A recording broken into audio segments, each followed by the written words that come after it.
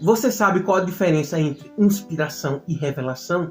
Não sabe? Então fica comigo até o final desse vídeo que eu irei propalar um conteúdo holofótico e apoteótico. Entendemos que revelação é a manifestação que Deus faz de si mesmo e a compreensão parcial, embora da mesma manifestação por parte dos homens.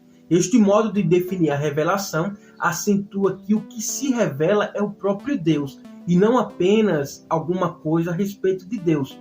Exemplo, na revelação, Deus faz-se conhecido dos homens na sua personalidade e nas suas relações. Revelar é informar, e isto é justamente o que Deus ha feito.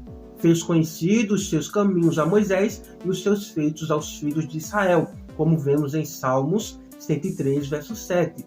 Deus informou o homem acerca de sua pessoa e das suas relações com a criação.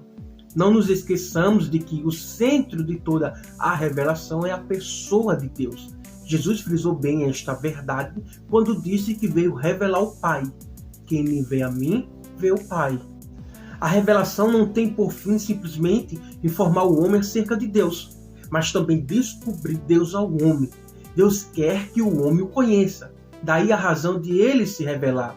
Os céus declaram a glória de Deus e o firmamento anuncia a obra das suas mãos. Um dia faz declaração a outro dia e uma noite mostra sabedoria a outra noite. Não há linguagem nem fala onde se não ouça as suas vozes. A sua linha se estende por toda a terra e as suas palavras até o fim do mundo. Salmos, número 19, os versos 1 ao 4. Agora você sabe o que é revelação. Por inspiração, entendemos a operação pela qual Deus garantiu o conteúdo da Bíblia como autêntica expressão de sua revelação. Agora surge a pergunta: que referência encontramos na própria Bíblia a essa inspiração divina? Bom, o texto mais explícito é aquele que se encontra em 2 Timóteo, capítulo 3, versículo 16. Toda escritura é divinamente inspirada e proveitosa para ensinar, para repreender, para corrigir, para instruir em justiça. Observe aqui que o termo grego usado para inspiração no original é theopneustos, composto de duas palavras gregas. Theos, que significa Deus, e pneu, soprar, respirar. Este termo grego é que foi traduzido por inspirado por Deus. A escritura inspirada por Deus é a que Timóteo havia aprendido desde a sua meninice e que no versículo anterior se menciona como Sagradas Escrituras. Este termo grego não se usa em outra parte do Novo Testamento, mas uma ideia similar encontra-se em 2 Pedro, capítulo 1, versículo 21, porque a profecia nunca foi produzida por vontade dos homens, mas os homens da parte de Deus falaram movidos pelo Espírito Santo. No versículo anterior, fala-se de Deus como sujeito da inspiração.